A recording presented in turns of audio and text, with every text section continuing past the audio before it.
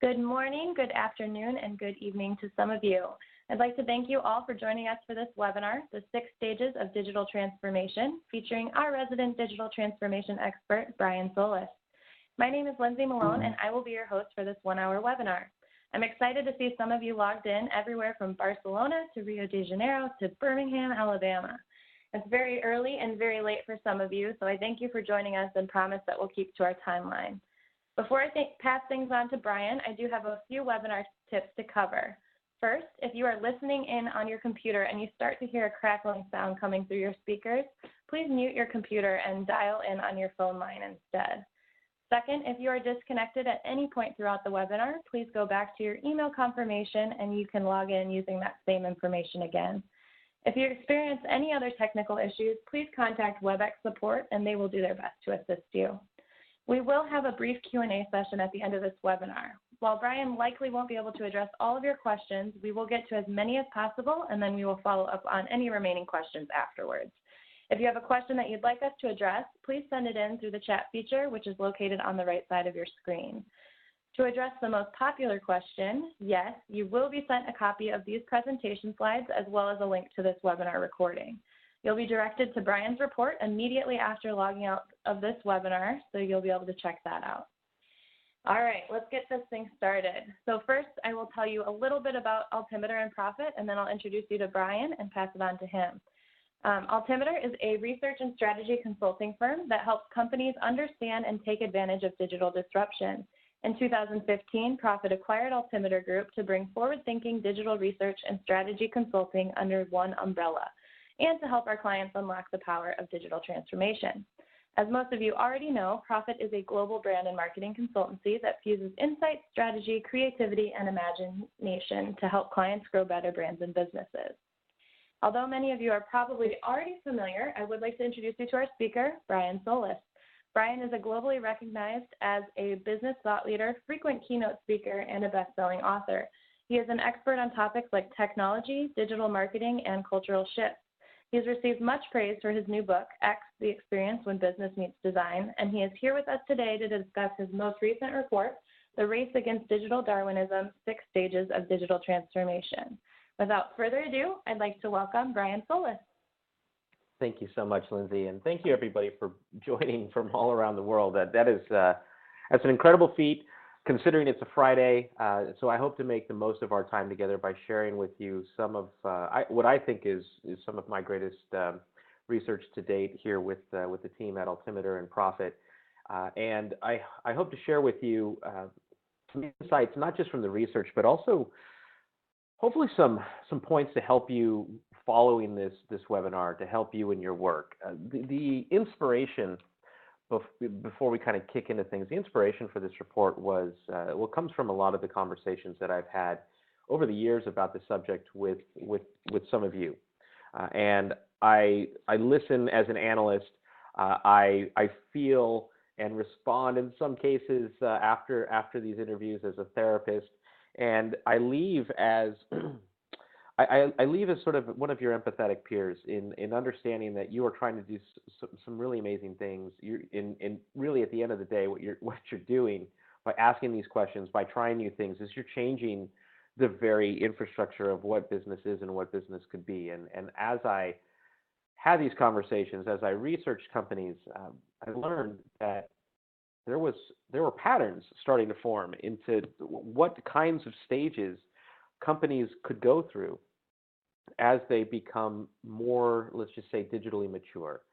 And I don't know, maybe I'm a glutton for punishment, but this is the second maturity model I've built on a separate subject, and I find them to be incredibly helpful. And what I want to set up in terms of the context is for you to use this effectively to do great things at your organization, is to recognize that you are not alone in the things that you're trying to do. You're not alone in your efforts. You're not alone in your frustrations.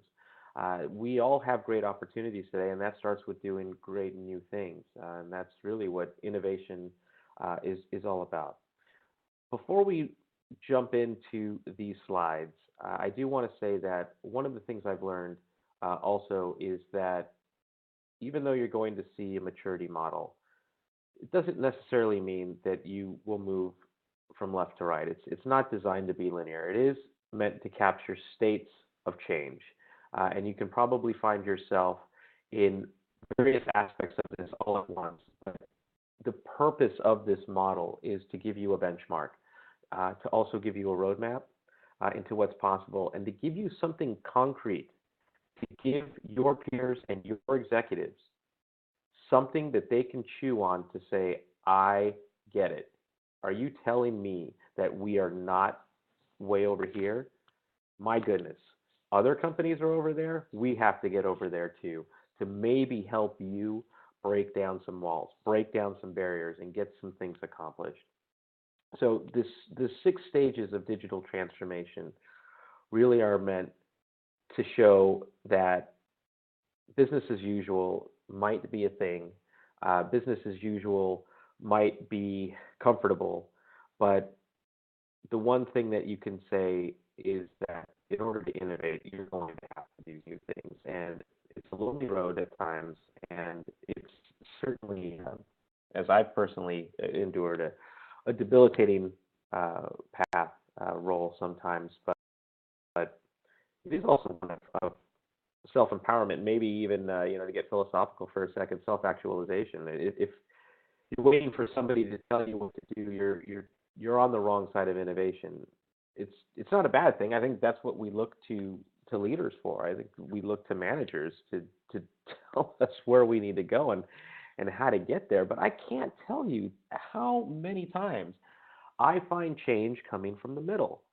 In fact, so much so that my colleague Jamie Schmansky and I are looking into how people do take or how people do embrace empowerment or self-empowerment and start to bring change, so that there could be not only a maturity model for how businesses are growing, but also a path to sort of validate and instigate your work in bringing about that change. One of the things that I find fascinating about any form of innovation or any form of doing new things that unlock new value is that it always tends to start with the shift in perspective. This is important because digital transformation carries this almost misnomer of it being about technology and using technology to build a better infrastructure and model for business. It is part of it. And I want to take this moment to share with you why digital transformation is not just about digital.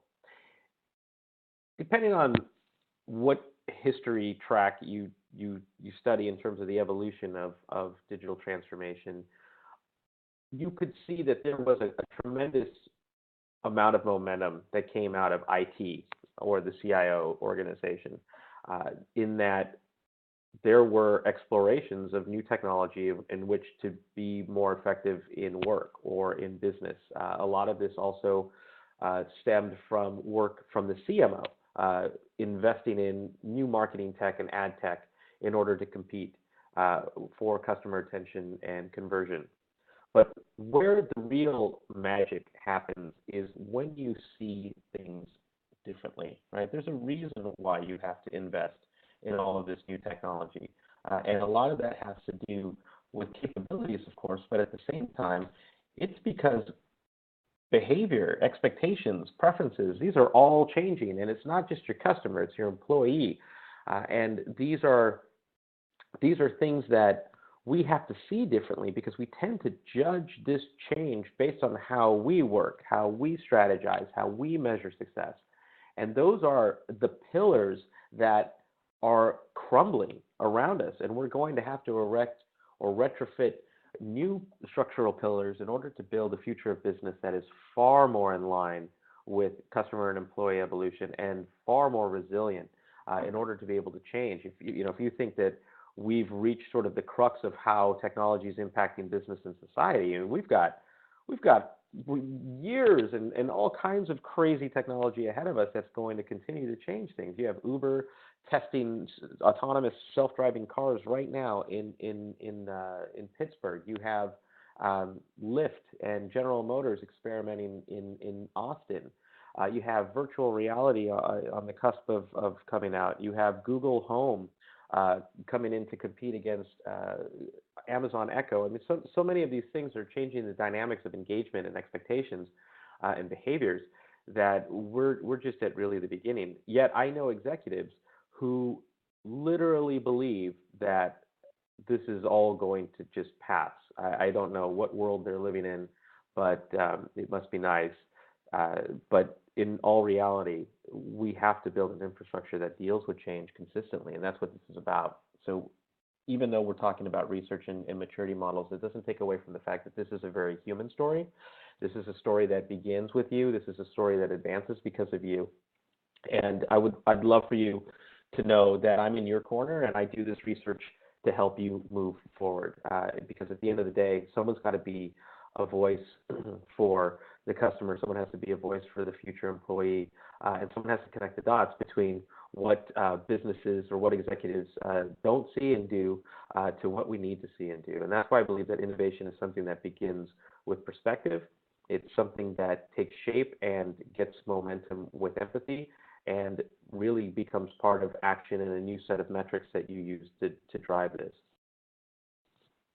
Digital transformation, as we said, is something that has different roots, different roles, definitely different definitions in my work. And I sought to be sort of this, I don't know, equalizer of sorts. I wanted to bring all of these disparate movements together and disparate impressions together so that we could work commonly or collectively toward common purpose and direction and outcomes, because there's no point in bringing about massive change if it doesn't, say, bring other people along with you. So what I had found was in my work, trying to find some commonality for a definition so we could all work together, was this. It's a realignment of or new investment in technology, business models, and processes to drive new value for customers and employees and more effectively compete in a changing digital economy. So as you can see, it's part technology, but it's also in the new models and processes and systems and metrics and ways of working that help bring this to life. I think that really, at the end of the day, it's no secret that our infrastructure is just siloed. It's not a bad thing. You know, I know that in every conversation, silos are something that comes up as being a challenge. But that's just part of it, right? The reason that there are silos and that we could appreciate why there are silos is because it's the nature of how technology and just business evolved over the last 30, 40, 50 years. And we had to, in order to scale, build this infrastructure that allowed each of these divisions to thrive in their own right. I mean, its purpose, I think, was okay. I mean, I'm not here to judge the past. I am here, though, to figure out how do we then take these silos and not break them down, but maybe start grabbing somebody's hand and meeting in the middle and working together in different ways, because the idea of what this could be is that there are real world experiences that happen with or without our work towards digital transformation. And you have this sort of opportunity here to bring people together around purpose, right? What are we going to do together that fixes a problem? What is the problem we are trying to solve? Because we're not going to get to that answer if we keep talking amongst ourselves or if we keep looking within our own groups. If we look at it from the outside in, how are customers changing? How are they expecting to go through the journey? Where are they running into trouble? Where do we give them opportunities to leave or do something different and solve for that? You realize that it's going to take more than just you. It's going to take other people, and sometimes they just need to hear from a champion that there is advantages of working together. I found that, and this was really interesting, that one of the most common catalysts for digital transformation, where we start to see real momentum happening in what was really the driver behind a maturity model such as this, was the idea that CX becomes the main driver. And so I'll give you this example. You see things like technology working together with services and processes that are working together with UX, UI design to reimagine the customer journey. You start to see that there are the different players across the organization cannot do this independently in order to give a consistent, fantastic, delightful, whatever word you want to use, or even productive or effective or meaningful or intuitive customer journey if you don't work with one another. And this is why CX not only gives us purpose, but gives us cause to solve for that, right? We can now go and find problems of which to then bring people together to solve for. And if, and by the way, it's not just that easy, and we'll get to that, but this is an overview of the digital transformation model that we introduced in this report.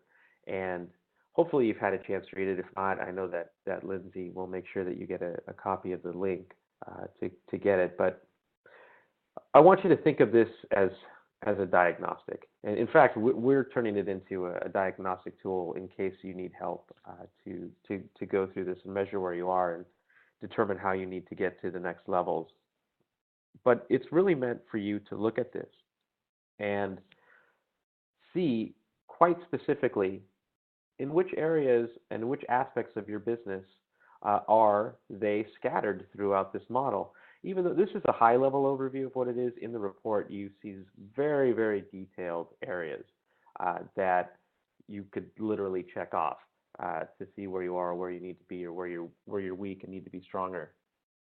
But that's the point of this. It's meant to sort of be a benchmark and also to be a catalyst within your organization to say, let's do something about this. Other companies are doing something about it. So other companies are on the far right side. What do we do? And how do we do it? And how do we bring the right people to the table in order to have this conversation?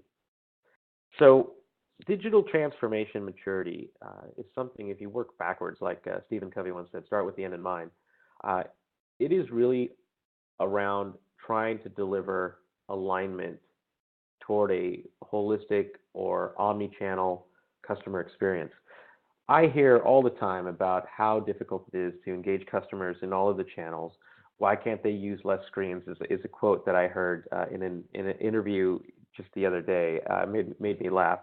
It made them laugh too. They knew it was preposterous. But it's the point, right? Is that like, why can't you just do things my way? And that's the challenge with digital transformation, is that you're trying to bend or break or build new models that are engaging rapidly with the acceleration of customers, right? And it's just our very nature. It's impossible to do that. Some of you are regulated or have to to adhere to compliance, and that makes things slower. A lot of companies, most companies, I'd argue, are risk averse. So even doing things like this sort of bring up challenges in their own right. But let me put it this way. If you are not working towards delivering an omni-channel, intuitive, productive experience based on customer intentions, behaviors, context, etc., you create a void. You start to create a gap, because there's the behavior, there are your efforts, and somewhere in between that is the gap that exposes you to disruption. That's just a reality. And unfortunately, digital Darwinism, as I call it, which is how technology and society evolves and sort of where we fit within that evolution, it happens with or without us.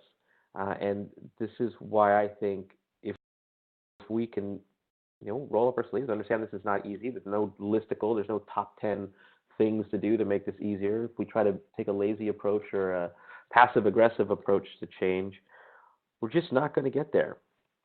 In building this model, we had to have some structure to it to show that this change happens in areas that might be independent of one another early on, but ultimately are integrated as you get more mature. And those pillars, as we call them here, are governance and leadership, people and operations, customer experience, data and analytics, technology integration, and digital literacy. They all have meanings today.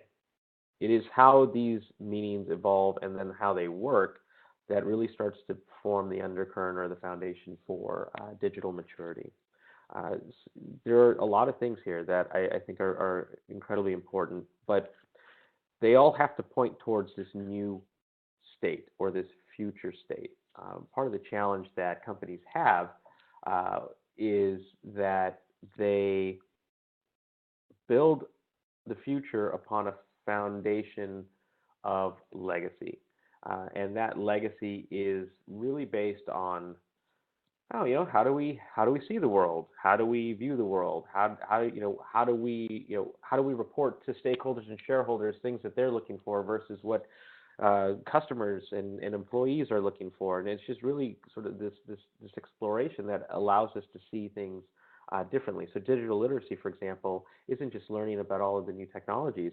It's about understanding how we can use technology to build a better infrastructure for the organization, and helping executives, for example, through reverse mentoring programs or through immersion programs, understand that they're part of the problem and they're also part of the solution. And a lot of that solution comes with not only empathy, but living your customer or living your brand and your business the way that your customer does. And that's hard to do. This is why you have CEOs like, for example, at Unilever, who are saying, we are absolutely measuring the wrong things. We're focusing on short-term value. Our company is about to be disrupted, like all companies are, because of the changing consumer behavior and expectations. So we're going to have to change our game. We're going to have to change our infrastructure. We're going to have to change our KPIs, our KPI tree and our operational metrics to demonstrate that we are on the right path to digital transformation. And they're so bold that they told shareholders, if you're in this for the short term, get out. We are absolutely ready to take a hit on our stock price because we realize that ultimately to get it to where we need it to be, we have to compete for the future, and that takes work. And I want to walk you through now at a high level. Please do spend some time. I know it's a big report, but look, I'm not going to lie to you. Nothing's going to happen because you try to find a Cliff Notes version of this report. This literally are the steps that companies are taking, and it would make you incredibly valuable to your company or to the workplace or marketplace if you allowed for this to get into your brain. But for the sake of a high-level webinar, I'll walk you through what these stages are. So business as usual, it tends to have a connotation to it that we're ignorant or arrogant, that we don't want to do anything. We just insist on doing things the way that they have always been done. But this takes on a little bit of a new sort of perspective, which is business as usual can also mean that parts of your organization are experimenting with new things. So social media is a good example of that.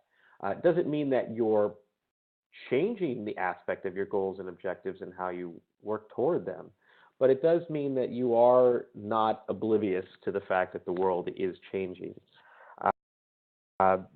Present and active it's a very common state for organizations, even though some pockets of the company might be further to the right. But this experimentation starts to drive digital literacy and even creativity, and definitely sort of in some change agents' roles creates a sense of urgency, like, oh my gosh, we cannot do this fast enough, can't do this alone, and really starts to push things forward. But there are also hurdles in that. The formalized stage is where we start to see things like social media becoming about social customer care and social marketing and content marketing, and also efforts like mobile becoming more responsive and then becoming part of the marketing set, becoming part of the service set.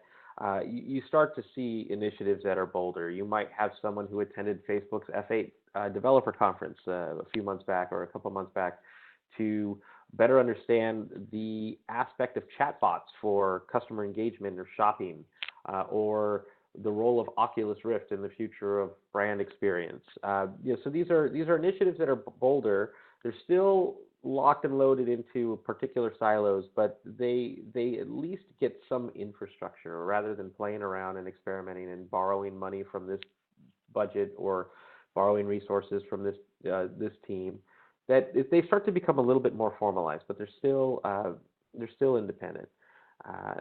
Then what we see is this effort sort of towards collaboration. This is stage 4. This is strategic.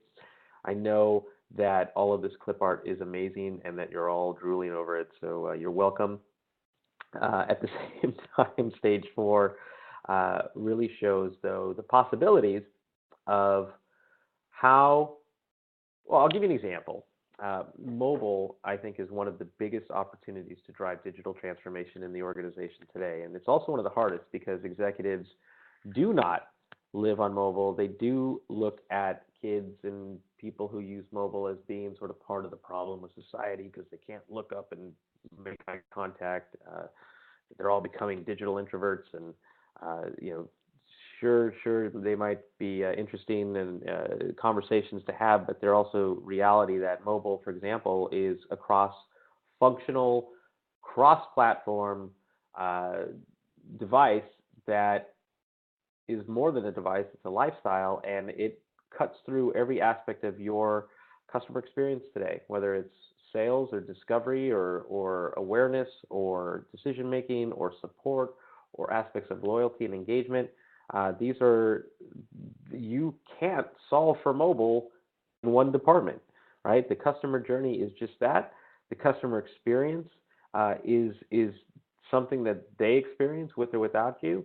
And that is, at the end of the day, what this is all about. Customer experience is essentially the sum of all engagements that a customer has with you throughout every moment of truth, throughout the customer life cycle. And guess what?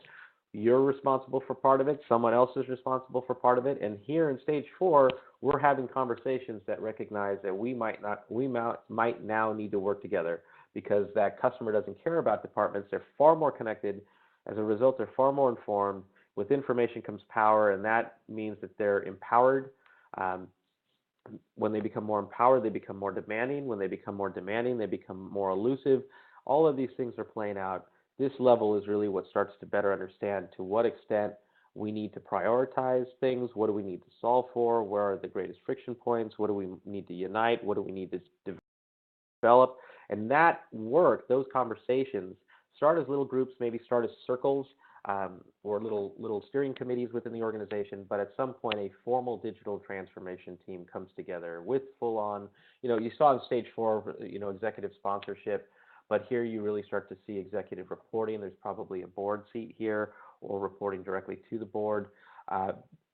What the plan is for digital transformation, what the roadmap looks like, what are the technologies, budgets, resources needed to do it. Somebody becomes accountable at every level. This is something that involves legal, involves finance, involves HR.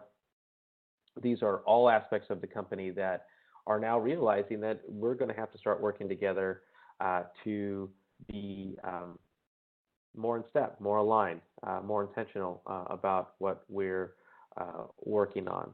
And stage 6, something to be said here before we go on stage 6. Stage 6 is not the final stage. It is where I drew the line because we were starting to get so far ahead of where companies, most companies are, but I do see paths beyond this, and I think that that's a great thing.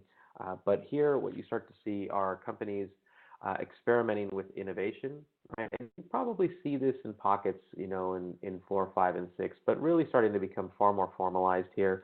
So the opening of official innovation centers are taking place. So, for example, you have Target, Walmart, you have Westfield, you have Sephora, you have Ford.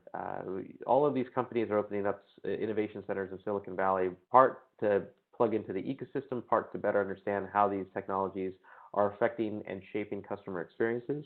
And some of these innovation centers are dedicated to staying at the forefront of this and then bringing it into pilot programs and ultimately into the organization.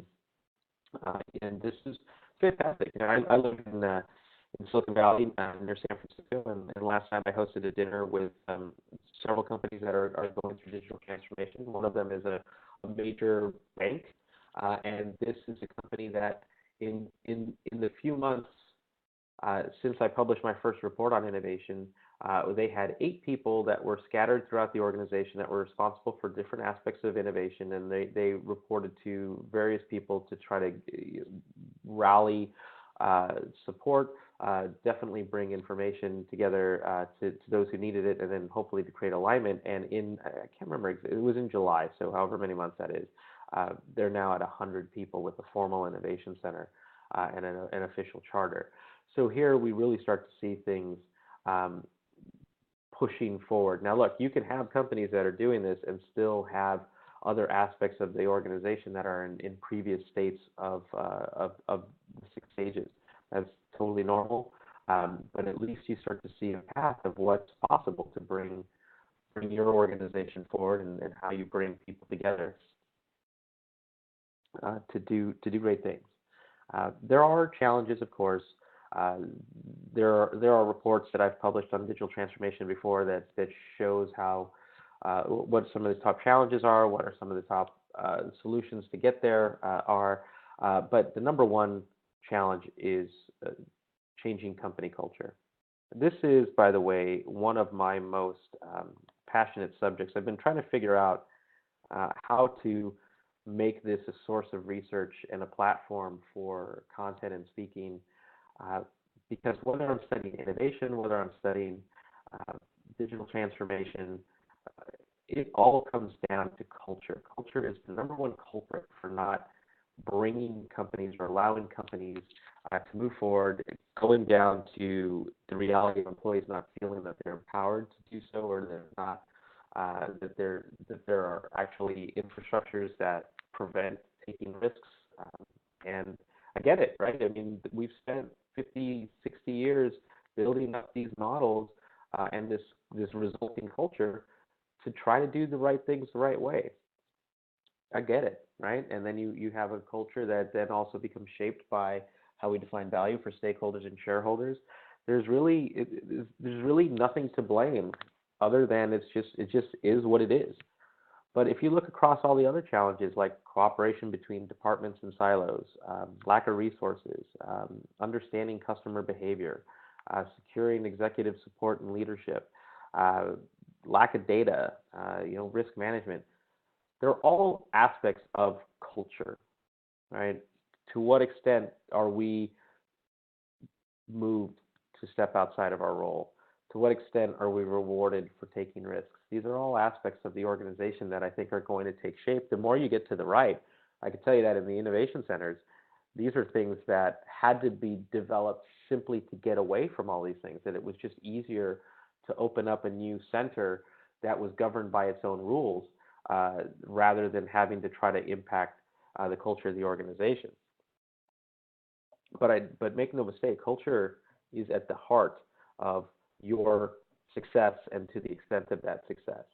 I want you to think about customer experience is something that today, just look, if we're talking about human beings, right, and using technology to solve for a lot of challenges, you're forcing your human beings, your customers, to conform to your expectations and your realities, not their aspirations. And that's really at the heart of what we need to do differently around digital transformation. We all know that we can't operate independently. We all know that silos are a problem. It's what you do about it that becomes the competitive advantage. It's what you do about it that starts to move you from left to right of that model. And in previous research, we have found that distills down to these 3 things. Digital customer experience, so understanding how customers are changing, right? Informing executive management so you can build vision and leadership, and then building an infrastructure to bring that new digital transformation to life. So we'll kind of walk through here just quickly some of these aspects. And the first, we'll just go with vision and leadership. you have to begin with the insights that matter to customers and also the outcomes that matter to business.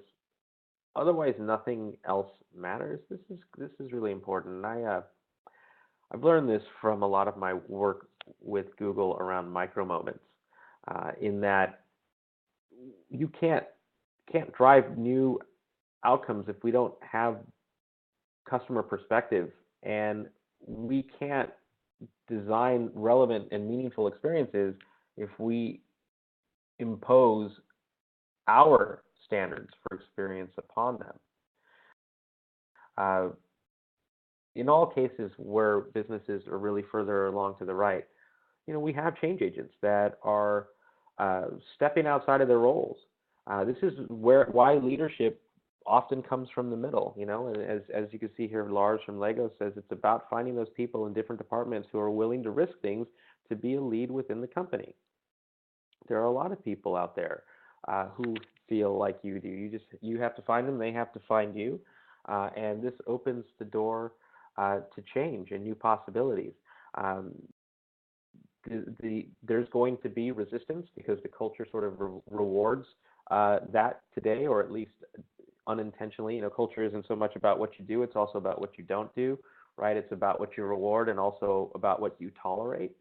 And as you can see here, the Chief Strategy Officer, Emmanuel from Schneider Electric, one of their key challenges was just pure resistance from marketing and sales team. So they had to make the case. They had to bring the right people together to have the right types of conversations.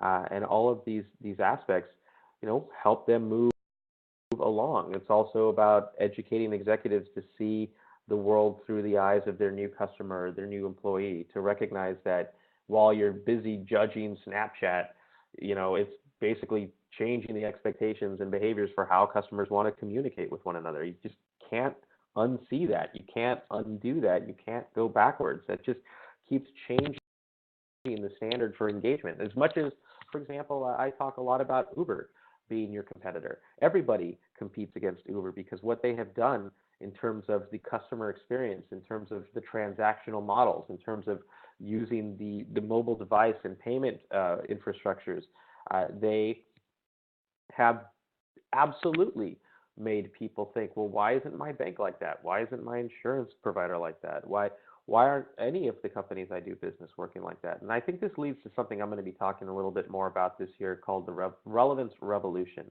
I think relevance is one of those things where it's an aspiration. It's also a measurement. Are we relevant to this new customer? And a lot of that takes with applying data and insights to a specific purpose, because relevance is not in the way that you value engagement. It's in the way that someone else values engagement, and we have to understand what that looks like.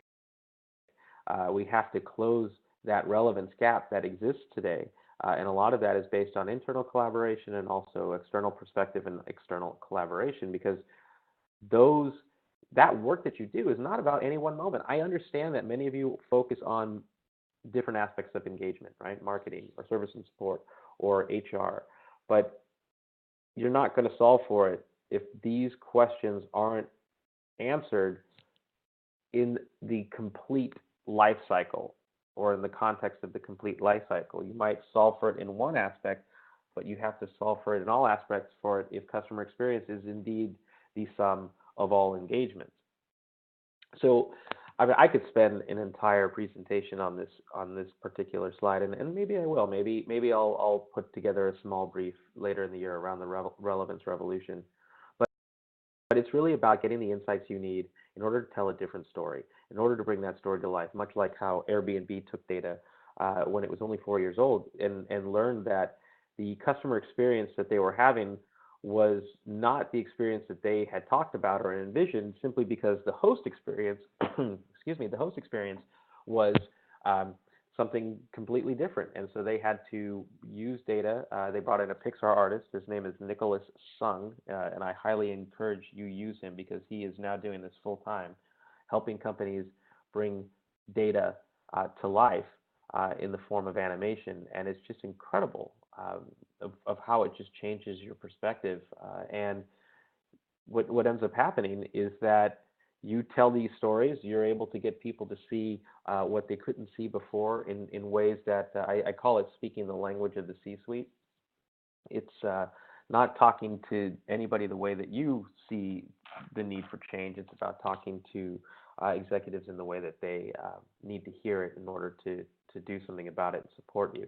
A lot of this comes from the work in digital customer experience. This is also a hotly contested approach because digital customer experience is something that some CMOs and CDOs will say, well, why isn't this something that we're looking at holistically at all customers? Well, it's because digital customer experience gives you insight into specific behaviors. I promise you that digital customers, not just millennials, but digital customers, are also changing behaviors, expectations, and values, and there's really a lot to learn from them in order to benefit all customers. And you have to be very specific about looking at what your digital customer would do and how that unfolds on the buy side of the customer journey and the own side of the customer journey. By the way, this is also true for B2B. You know, there are buy, there are own, there's B2B to C, so there's the customer's customer and how they go through this journey. We have to bring that to life.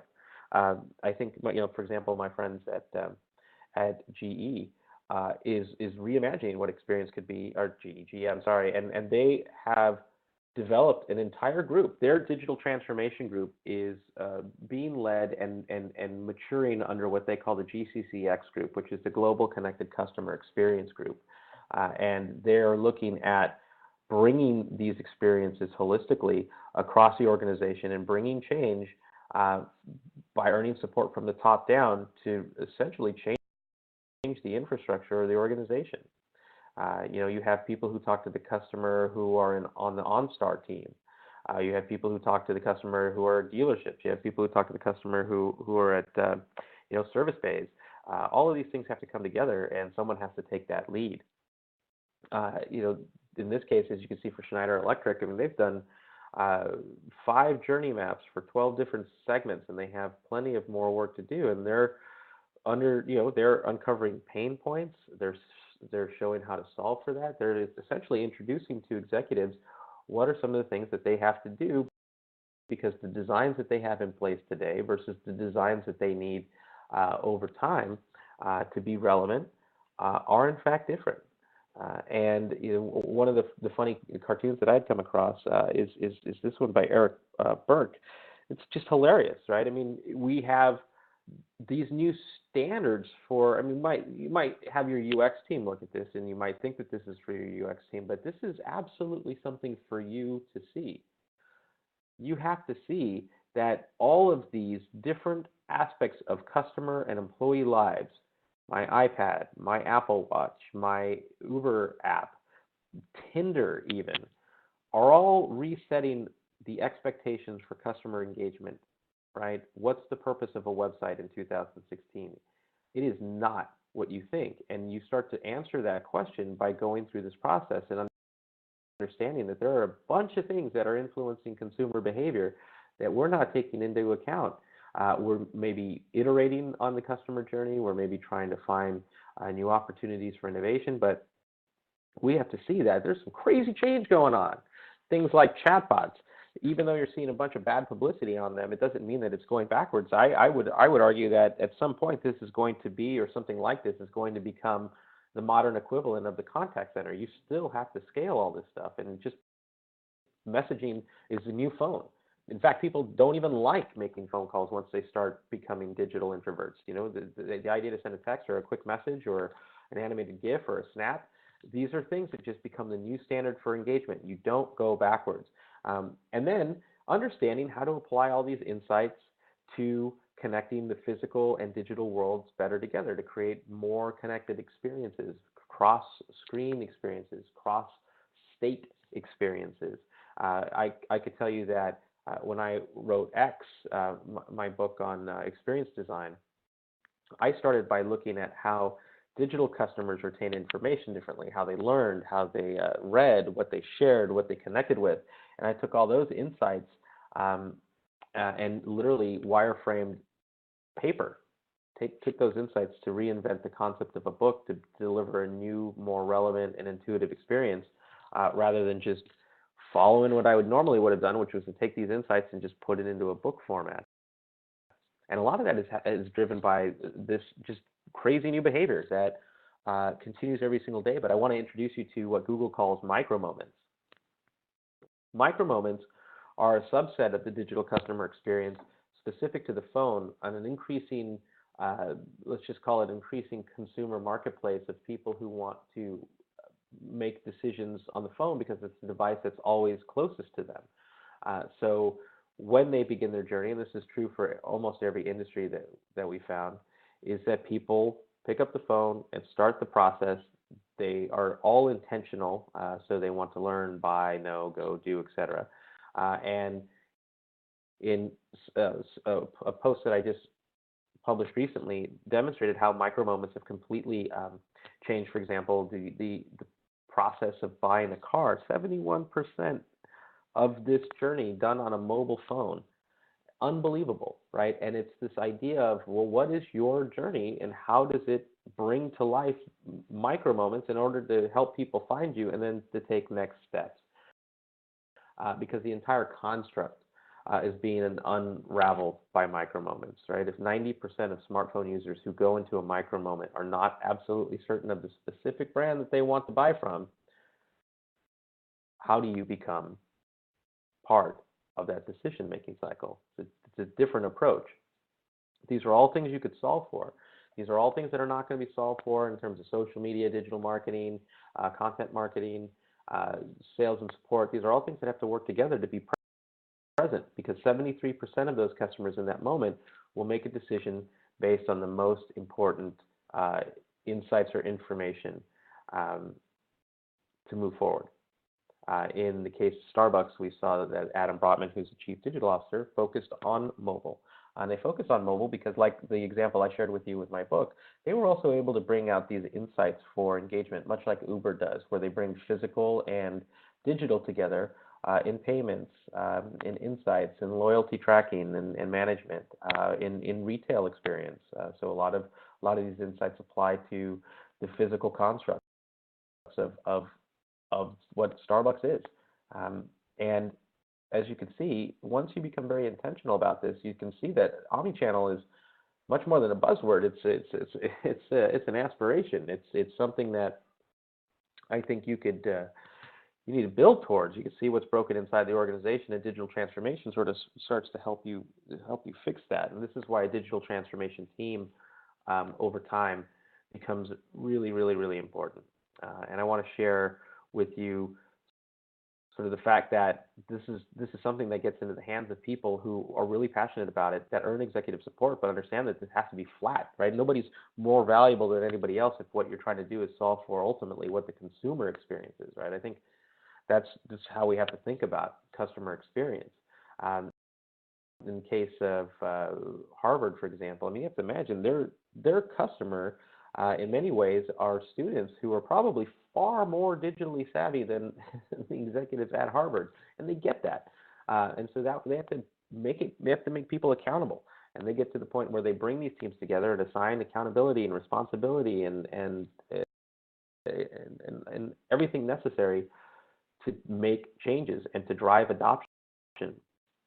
We see consistently digital and aspects of IT, not all of IT, forming new groups to rapidly test and learn with technology, to say define the vision and then work with technology to solve for that vision, looking at helping people better understand that, this is one of the challenges. I mean, you have expertise within the organization built for yesterday's business models. You don't necessarily have widespread expertise to drive change and innovation across the organization. So, part of that is what you saw with digital literacy being one of the pillars, is you still have to get people to adopt new technology. You have to get them to adopt new processes. You have to teach them how to use and not only use these things, but do so with purpose and delight. And then also you have to think about innovation. Even though that's the stage 6 of the model, innovation isn't just about technology, right? It's not about you deploying an app, it's about all of these things: technology, products, services, systems, models, processes, work, metrics. There's innovation required on every single one of these fronts. And this is what the digital transformation team starts to solve for, but also bringing this into the culture so that people can see the world that they don't know, that they can taste it, that they can sense it, so that they become stakeholders in this change, so that they're not threatened by it, which is quite normal, right? I mean, half of this is, maybe even more than half of this is psychological, fear, or not wanting to lose their job, or maybe just resistance to trying to do new things. But it's happening, and that's why I wanted to document it in a maturity model that shows you that regardless of whatever is happening within your organization, this is what's happening outside. You have companies going to the extent of opening up innovation centers, and those innovation centers are aimed at doing certain things. This is part of research that's coming out in the next, I think, at the end of June. And it's research that I've done with Capgemini, where we're looking at what are the purposes of some of these innovation centers. And it's partnering with the ecosystem. It's enhancing the customer experience. It's focusing on certain technologies like Internet of Things, or wearables, or fintech. And you have labs that are opening up that are experimentations around technology to uncover new opportunities, to then bring them into test and learn pilots. Pilots are always the thing that drives both literacy and also sort of excitement, right? Builds momentum. And what that allows for is just this, for example, what you see here is the Disney Magic Band that brings together innovation that enhances the customer experience, where both online and offline worlds come together. And it's just one of the possibilities, but there's a ton of possibilities. You have Samsung experimenting with new retail-like experiences where you cannot buy products, you can just experience them. This is one of my personal favorites because it's just funny. But you also have chatbots, but you also have concierge services like Operator that are starting to take off. And really what these are starting to do is teach your customer, like Uber, that they're the center of their own universe. And I playfully call today's customers accidental narcissists, and that's the infrastructure that we're building for. You have innovation that comes out in the form of Amazon Echo that becomes one of the greatest, not only examples of how you can think outside the box. I mean, Amazon is I mean, for all intents and purposes, a lot of us just think it's an online e-tailer, but it's producing content, it's creating technology that's creating new markets, and it's consistently doing that. And in both cases, in all cases, it's connecting the customer better to the brand, right? Amazon becomes part of every aspect of your life potentially, and they're not done yet.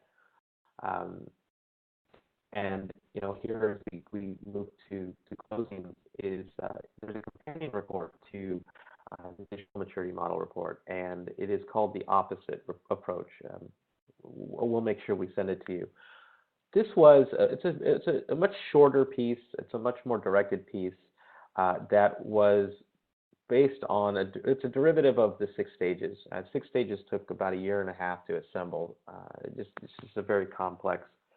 It's a complex model. A lot had to inform it, and a lot had to validate it. But what came up consistently was that if customer experience was indeed the catalyst for driving digital transformation from left to right, then something had to be the catalyst for customer experience work. And I found that even though this wasn't practiced in any one organization, it was a collective series of best practices that I felt formed a framework to help you really start to make the case at the very least, which was the opposite, which stood for orientation, people, processes, objectives, structure, insights, technology, and execution. And it's a helpful read. I actually think that it becomes a reference guide for you.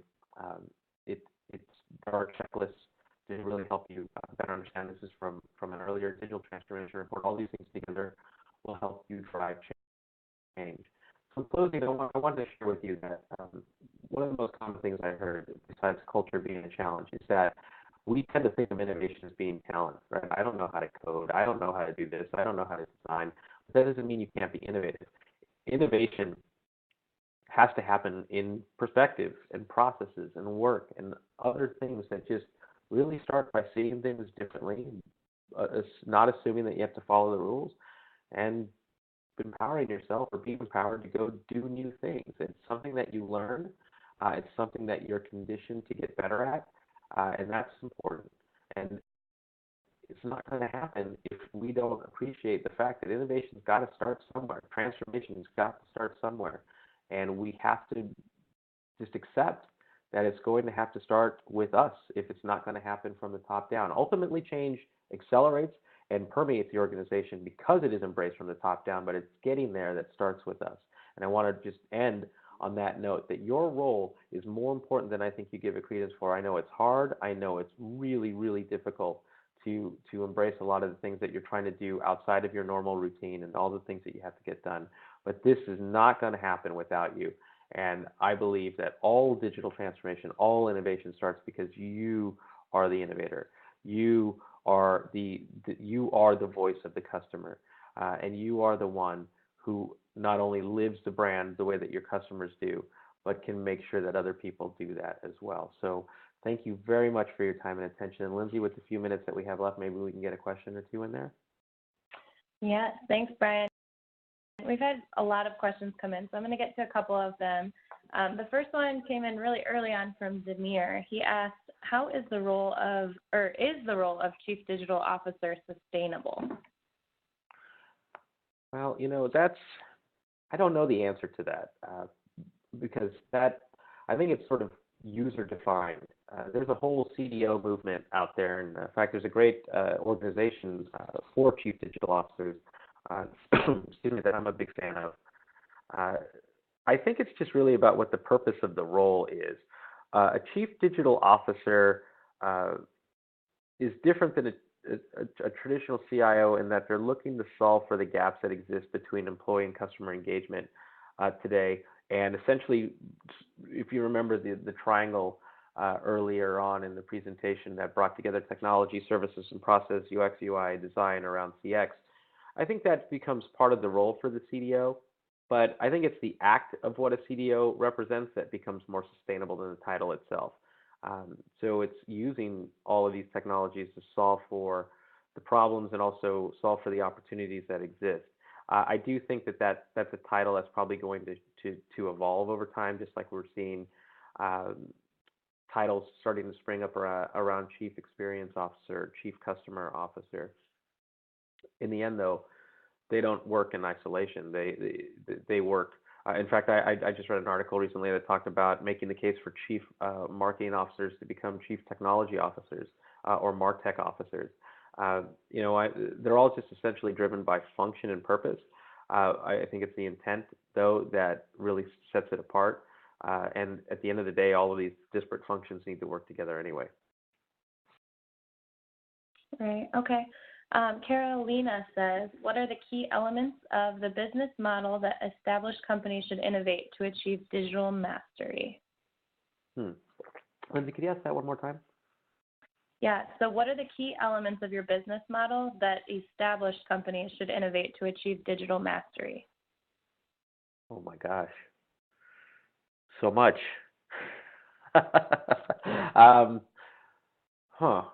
All right, I'm not gonna tackle that one. I am gonna say Google my name and innovation centers and SlideShare, and I think that report will show you to what extent companies are trying to answer that question. Even that doesn't get there all the way, but I will tell you though that a lot of it has to do with understanding that they don't have the answers and they can't solve for that internally, so that they're building these innovation centers to try to figure that out.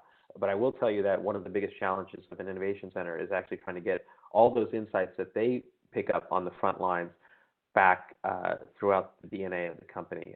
And that's why culture seems to really hit it. So I think if I had to answer in a word, I would invest in what I'm calling Culture 2.0, which is this idea of building out simultaneously through digital transformation a culture that helps people learn, get new expertise, and starts to reward taking risks and driving towards change.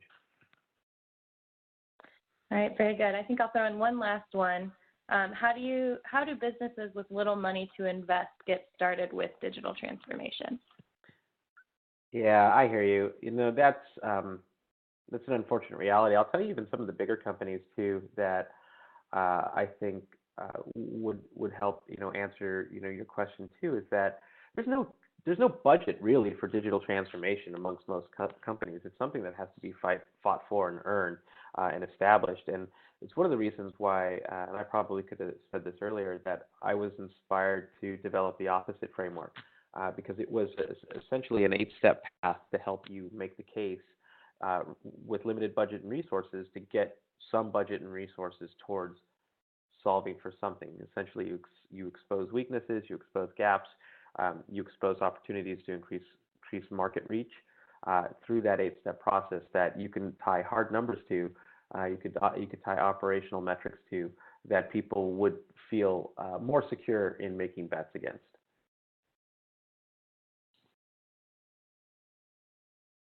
Excellent.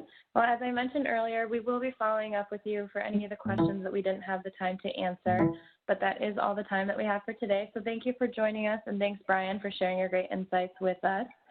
Make sure to check out his report, The 6 Stages of Digital Transformation. You will, as soon as you close out of this webinar, it'll pop up, so you'll be able to